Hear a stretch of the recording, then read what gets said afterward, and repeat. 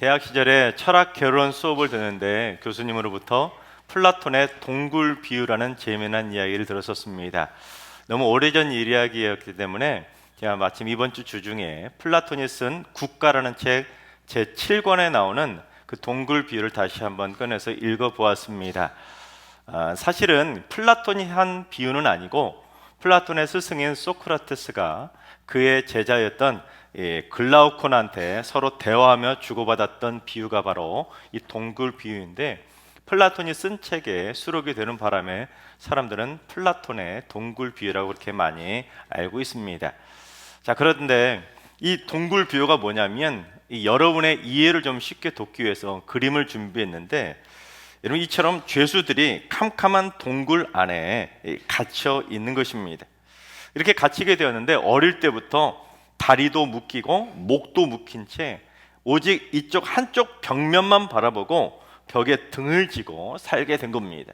꼼짝도 못하고 움직이지도 못하고 오직 벽만 보고 살게 된 겁니다.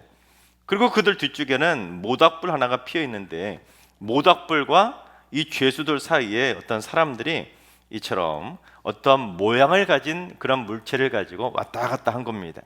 그래서 그 물체가 벽에 모닥불빛에 비쳐서 그림자가 생기게 된 겁니다. 그러니 어떻게 되겠습니까? 이 앉아있는 죄수들은 평생 이 벽에 비친 이 그림자만 보고 살았기 때문에 이게 그림자인데 진짜 항아리인 줄 알고, 이게 새인데 그림자인데 새인 줄 알고, 또한 이게 그림자인데도 이게 진짜 나무인 줄로 착각하고 살았던 것입니다. 이것들이 진짜가 아니라 그림자에 불과한데 그저 모닥불빛에 비친 그림자가 진짜라고 믿고 살았던 것입니다. 그런데 어느 날 죄수 중에 한 사람이 이처럼 동굴 밖으로 죄수가 풀려나서 점점 기어오르게 됩니다.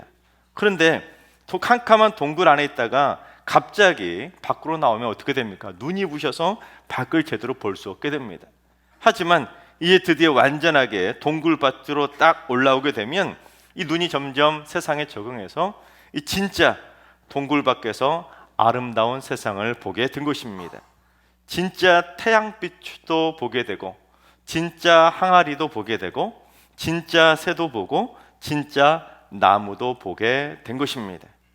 그래서 자기가 지금까지 이 모닥불 가짜 빛에 미혹돼 가지고 그동안 이 가짜 그림자가 진짜인 줄로 착각해 왔었다는 것을 깨닫게 된 것입니다. 그러자 이 죄수가 어떤 생각이 들게 되었냐면, 이 동굴 안에 갇혀 있는 이 다른 죄수들이 불쌍한 겁니다. 그래서 이 죄수가 다시 동굴 속으로 기어 들어가게 됩니다. 어둠 속에 갇혀서 일평생 가짜 빛에 미혹돼 가짜 세상만 보고 살던 그 불쌍한 죄수들한테 동굴 밖에 진짜 빛이 있다고, 동굴 밖에 진짜 세상이 있다고, 그 진실을 전하기 위해서 다시 동굴 속으로 기어 들어가게 된 겁니다. 그런데 너무 밝은 태양빛에 있다가 캄캄한 동굴 안으로 들어가다 보니까 동굴 안에 그림자로 비춰진 이 그림자들을 제대로 식별하지 못하는 바람에 다른 죄수들로부터 웃음거리로 전락하게 됩니다. 여러분 실제로 밝은 밖에 있다가 갑자기 동굴 안으로 들어가면 안 보이지 않습니까? 딱 그런 겁니다. 그래서 안에 있던 죄수들이 이 안으로 들어와서 자기들에게 바깥 세상을 전하던 사람에게 너 위로 올라가더니 눈이 망가져서 돌아왔다고, 그러게 못하러 위로 올라갔냐고, 동굴 밖으로 나가면 큰일 난다고 죄수를 풀어줘서 위로 데려가는 자들을 모조리 다 죽여야 된다고 그렇게 외치는 이야기가 바로 플라톤의 동굴 비유입니다. 그런데 저는 이번 주 중에 이 동굴 비유를 읽어보면서 바로 오늘 본문 말씀이 딱 생각이 난 것입니다. 플라톤은 동굴 밖에 있는 이상적인 세계인 이데아 세계를 설명하기 위해서 이 동굴 비유를 인용했지만, 사실 이 동굴 비유는 복음을 설명하기 딱 좋은, 너무 좋은 예화라고 말할 수가 있습니다. 이 동굴 비유에는 어떤 두 사람의 종류가 나옵니까? 가짜 빛에 미혹된 사람들과 진짜 빛을 본 사람, 이 두 종류의 사람이 나오지 않습니까? 그런데 오늘 본문에도 보면 바울도 그처럼 두 종류의 사람들을 비교하고 있는 걸 보게 됩니다. 첫째, 복음의 광채가 비치지 못하도록 영혼을 미혹하고 그들에게 미혹된 자들입니다. 우리 4절을 봉독해 보겠습니다. 그 중에 이 세상의 신이 믿지 아니하는 자들의 마음을 혼미하게 하여 그리스도의 영광의 복음의 광채가 비치지 못하게 하니 그리스도는 하나님의 형상이니라. 이 세상에 있는 그 수많은 거짓 신들이 믿지 않는 자들의 그 마음을 어둡게 해서 하나님의 형상인 그리스도의 영광의 복음의 광채가 그들의 마음에 비치지 못하도록 하나님의 영광의 빛을 가로막았다는 것입니다. 마치 동굴 속에 있는 모닥불로 가짜 형상을 만들어 가지고 그림자가 진짜라고 사람들의 마음을 혼미하게 한 것처럼 자신들이 만들어낸 신이 진짜라고 미혹하는 자들이 있는 것입니다. 지난 수천 년 동안 그처럼 진짜 복음의 광채를 보지 못하도록 가짜 빛으로 영혼을 혼미하게 만드는 이단과 사이비 종교들이 지금까지 얼마나 많이 등장했었습니까? 하지만 바울은 그처럼 복음의 참빛을 가리고 있는 자들이 어떤 자들인지 우리 3절을 봉독해 보겠습니다. 만일 우리의 복음이 가리었으면 망하는 자들에게 가리어진 것이라. 만약에 그들이 우리가 전하는 그 복음의 참빛을 가리더라도 그들은 결국에는 망하게 될 거라는 것입니다. 여러분, 솔직히 사도 바울도 원래는 어떤 사람이었습니까? 바울도 이전에는 사탄에게 사로잡힌 죄수처럼 어두운 동굴에 갇혀서 그게 그 그림자가 그 모닥불이 진짜인 줄 알고 참빛을 믿는 그리스도인들을 잡아서 죽이고 끔찍히 핍박했었습니다. 그러던 어느 날 자기가 동굴 밖으로 나가서 복음의 광채이신 진짜 예수 그리스도를 만나고 보니까 예수 그리스도가 진짜 참빛이구나, 그걸 드디어 깨닫게 된 것입니다. 그래서 하나님을 믿지 않는 사람들이 가득한 동굴 안으로 세상 속으로 다시 들어가서 복음을 전했더니 사도 바울이 미쳤다고 사람들이 그를 죽이려고 한 것입니다. 사도 바울은 참빛을 전하겠다고 세상의 동굴 속으로 들어갔는데 그들에게 복음을 전도했는데 세상은 바울을 거부한 것입니다. 오늘 본문에 조금 전에 말씀드렸던 동굴 비유에 나왔던 죄수하고 똑같지 않습니까? 그러나 바울은 자기가 하나님께 직분을 받고 복음을 전하기 때문에 주의 긍휼하심을 힘입어 자신은 낙심하지 않는다는 것입니다. 그러면서 우리가 전하는 복음의 참빛을 가리는 자들은 결국에는 망하게 될 거라고 경고한 것입니다. 즉 그들은 진짜 빛이 아니라 가짜 빛이기 때문에 결국 시간이 지나면 모닥불이 점점 빛을 잃고 꺼지는 것처럼 그들도 결국에는 빛을 잃고 하나둘씩 다 사라지며 망하게 된다는 것입니다. 그렇습니다. 지금 세상에서 참빛이신 예수 그리스도의 복음의 광채를 비치지 못하도록 가로막고 있는 자들이나 자신들의 모닥불로 참빛인 것처럼 사람들을 미혹하고 있는 수많은 이단과 사이비는 물론 가짜 신들을 전하고 있는 이 땅의 모든 악한 자들은 전부 다 망하게 될 줄로 믿습니다. 둘째, 참빛을 마음에 품고 참빛을 전하는 자들입니다. 여러분, 우리에게 영광스러운 그 복음의 광채를 비춰주신 분은 이 세상에 딱 한 분, 오직 예수 그리스도 한 분밖에는 없는 줄로 믿습니다. 우리 요한복음 1장 9절에서 12절까지 봉독해 보겠습니다. 참빛 곧 세상에 와서 각 사람에게 비추는 빛이 있었나니 그가 세상에 계셨으며 세상은 그로 말미암아 지은 바 되었으되 세상이 그를 알지 못하였고 자기 땅에 오매 자기 백성이 영접하지 아니하였으나 영접하는 자 곧 그 이름을 믿는 자들에게는 하나님의 자녀가 되는 권세를 주셨으니, 참빛이신 예수 그리스도가 바로 이 땅에 오셔서 각 사람들에게 참빛을 쫙 비춰주셨는데 세상이 그를 알아보지도 못하고 심지어 유대인들은 자기들 땅에 그분이 직접 오셨는데도 불구하고 예수님을 영접하지 않은 겁니다. 참빛을 보지 않겠다고 거부해버린 것이죠. 그러나 참빛이신 예수 그리스도를 영접하고 그의 이름을 믿는 자들은 하나님의 자녀가 되는 천국의 권세를 누리게 되는 것입니다. 그런데 바울은 아무나 하나님의 자녀가 되는 권세를 누리는 것이 아니라는 것입니다. 우리 6절을 봉독해 보겠습니다. 어두운 데에 빛이 빛이라 말씀하셨던 그 하나님께서 예수 그리스도의 얼굴에 있는 하나님의 영광을 아는 빛을 우리 마음에 비추셨느니라. 태초에 어둠이 이 땅에 가득하던 세상에 빛이 있으라 말씀하시면서 그 세상을 창조하신 하나님께서 예수 그리스도의 얼굴에 있는 참빛을 우리 마음에 쫙 비춰주시는데, 그 참빛을 받은 사람들만이 하나님의 영광을 알기 때문에 참빛이신 예수 그리스도를 영접하고 예수님을 믿게 되는 것입니다. 즉 하나님이 우리 마음에 참빛을 비춰주셔야 우리가 예수님을 영접하고 하나님의 자녀가 되는 권세를 누릴 수가 있는 것입니다. 빛을 받아야 빛을 반사하는 존재가 바로 인간입니다. 마찬가지로 하나님이 우리 마음에 복음의 빛을 비춰주셔야지만 그 빛을 마음에 품고 우리도 보름달처럼 하나님의 영광의 빛을 드러낼 수 있게 되는 것입니다. 그런데 그걸 바울은 보배와 질그릇으로 설명한 겁니다. 우리 7절을 봉독합니다. 우리가 이 보배를 질그릇에 가졌으니 이는 심히 큰 능력은 하나님께 있고 우리에게 있지 아니함을 알게 하려 함이라. 해를 품은 달처럼 보배를 품은 질그릇이라는 것입니다.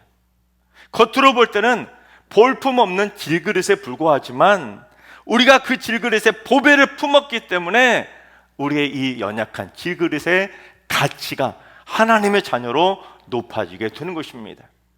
질그릇이 무슨 큰 능력이 있어서 질그릇의 가치가 막 저절로 높아지는 것이 아니라 심히 큰 능력을 가지신 그 하나님의 놀라운 보배를 우리의 마음에 품었기 때문에 보잘것없고 연약한, 깨지기 쉬운 우리 연약한 이 질그릇의 가치가 하나님의 영광을 품는 놀라운 가치로 상승할 수 있게 되는 것입니다. 따라서 인간은 자체 발광도 할 수 없고 심히 큰 능력도 행할 수 없는 그저 연약하고 연약한 질그릇에 불과한 존재이지만 그 질그릇 안에 보배를 품는다면 세상에서 가장 존귀한 보배를 품은 질그릇으로 인정받을 수 있게 되는 것입니다. 여러분, 계기일식이라는 것 아시죠? 계기일식이 뭡니까? 달에 의해서 태양이 가려져 버리는 것이 바로 계기일식입니다. 즉 태양과 지구 사이에 달이 딱 들어가 버리면 아무리 밝게 빛나던 그 태양빛도 달이 딱 가려버리면 태양빛을 볼 수 없게 되는 것입니다. 마찬가지로 우리가 어둠의 공격을 받아서 우리의 영안이 가려지게 되면 참빛이신 예수님이 아무리 빛나더라도 그 영안이 가려지면 참빛을 볼 수 없게 되는 것입니다. 또한 계기월식도 마찬가지입니다. 계기월식은 지구에 의해서 달빛이 가려지는 것, 그것이 바로 계기월식입니다. 즉 빛을 발할 수 없는 달도 태양빛을 받으면 달빛을 발할 수 있는데 태양과 달 사이에 지구가 딱 들어가게 되면 그 밝게 빛나는 태양빛을 딱 가려버리면 그렇게 빛나던 보름달도 빛을 잃어버리게 되는 것입니다. 마찬가지로 우리의 영혼도 어둠의 영에게 완전히 사로잡혀서 확 어둠으로 덮여버리게 되면 마음에 품고 있었던 참빛이 가려지기 때문에 우리도 계기월식처럼 빛을 발할 수 없게 되는 것입니다. 세상의 빛의 존재로 상실될 수밖에 없는 것입니다. 그래서 바울은 너희는 참빛과 보배를 품은 질그릇이기 때문에 참빛과 보배가 어둠에 가려지지 않도록 정신 바짝 차리고 살라는 것입니다. 그렇습니다, 여러분.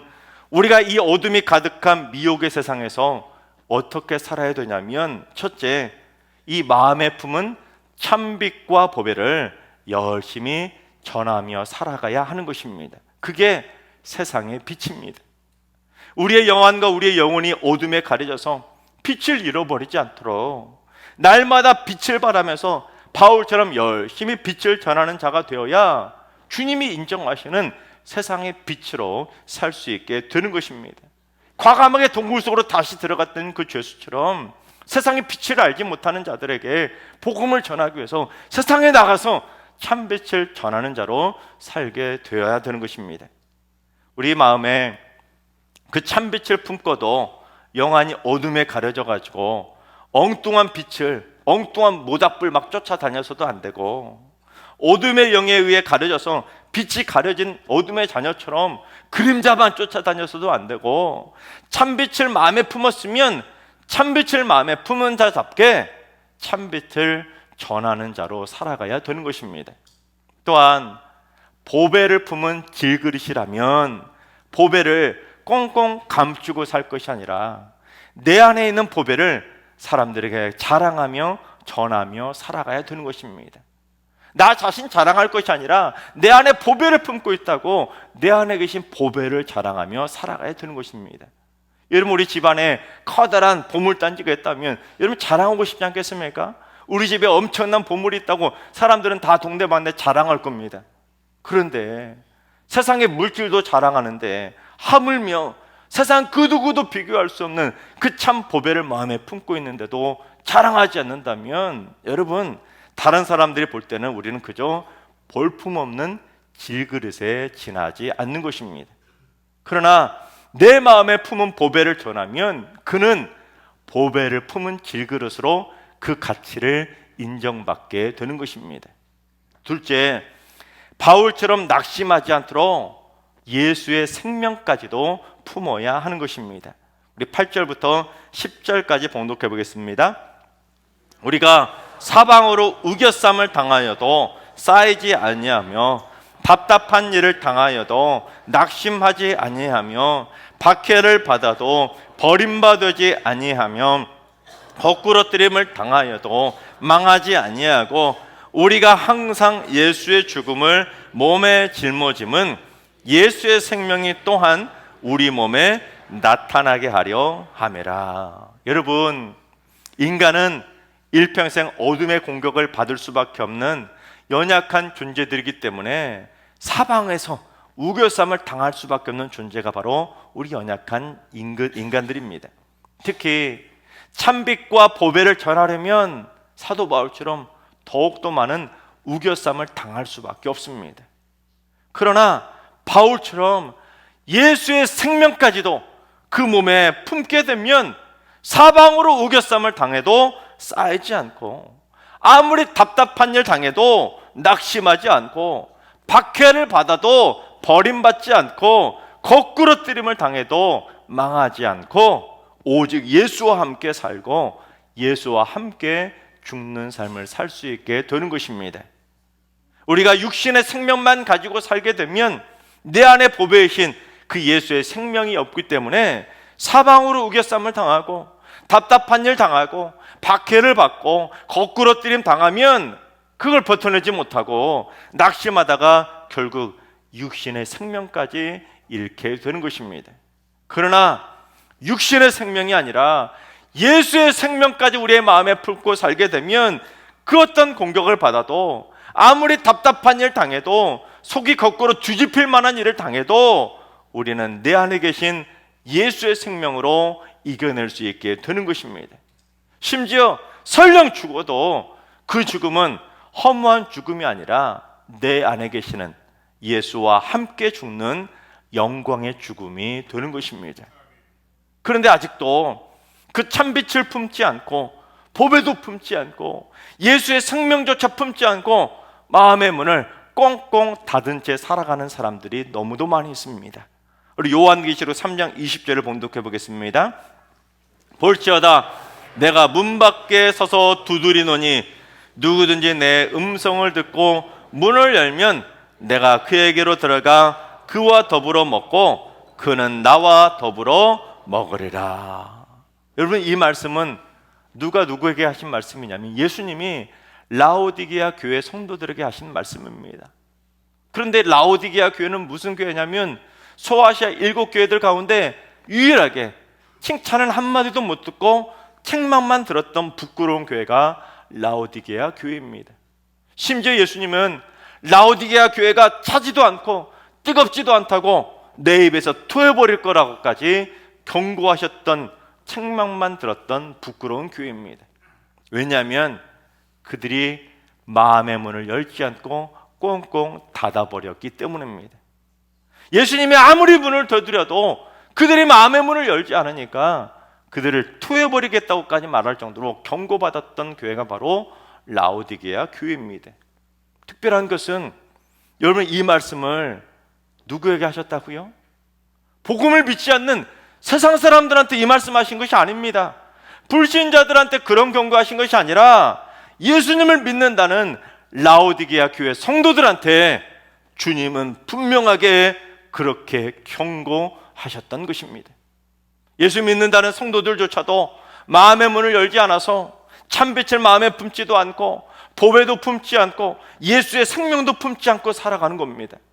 그러니 주님이 얼마나 마음이 답답하셨으면 여러분 대놓고 토할 것 같다고, 토해버리겠다고까지 경고하셨겠습니까? 여러분, 우리가 태양빛을 받으면 우리의 몸이 어떨까요? 여러분, 지난 주 중에 30도가 이제 드디어 올라가기 시작했는데 올 여름에 참 무더운 무더위가 지속될 거라고 하는데, 여러분 뜨거운 태양빛에 딱 나가서 한 30분만 서 보시면 온몸이 막 열이 올라가지 않습니까? 몸이 뜨거워지잖아요. 하물며 그 태양빛을 창조하신 그 주님의 참빛을 마음에 품게 되면 여러분 우리의 심령이 얼마나 뜨거워지겠습니까? 그런데 교회 다니면서도 참빛을 마음에 품지 않으려고 마음을 꽁꽁 닫고 살아가니 마음이 뜨거워지지 않는 겁니다. 그러니 참빛을 품지 않으니 뜨뜻미지근한 신앙으로 평생을 살 수밖에 없는 것입니다. 그러나 참빛이신 주님의 그 빛을 마음의 문을 활짝 열고 마음에 가득 품게 되면 여러분 불 받은 것처럼 우리의 심령이 뜨거워지게 되는 것입니다. 하나님께서 사랑하신 여러분, 참빛이신 진리의 빛을 여러분의 마음에 가득 품고 살아가시기 바랍니다. 그래서 이단과 사이비 세력들에게 우리의 여호와가 우리의 영혼이니 어둠에 가려지지 않도록 날마다 깨어서 복음의 빛을 전하는 자로 살아가시기 바랍니다. 잘못된 모닥불 쫓아다니지 마시고 잘못된 그림자 쫓아다니지 마시고 오직 참빛이신 예수님만 따라가시기 바랍니다.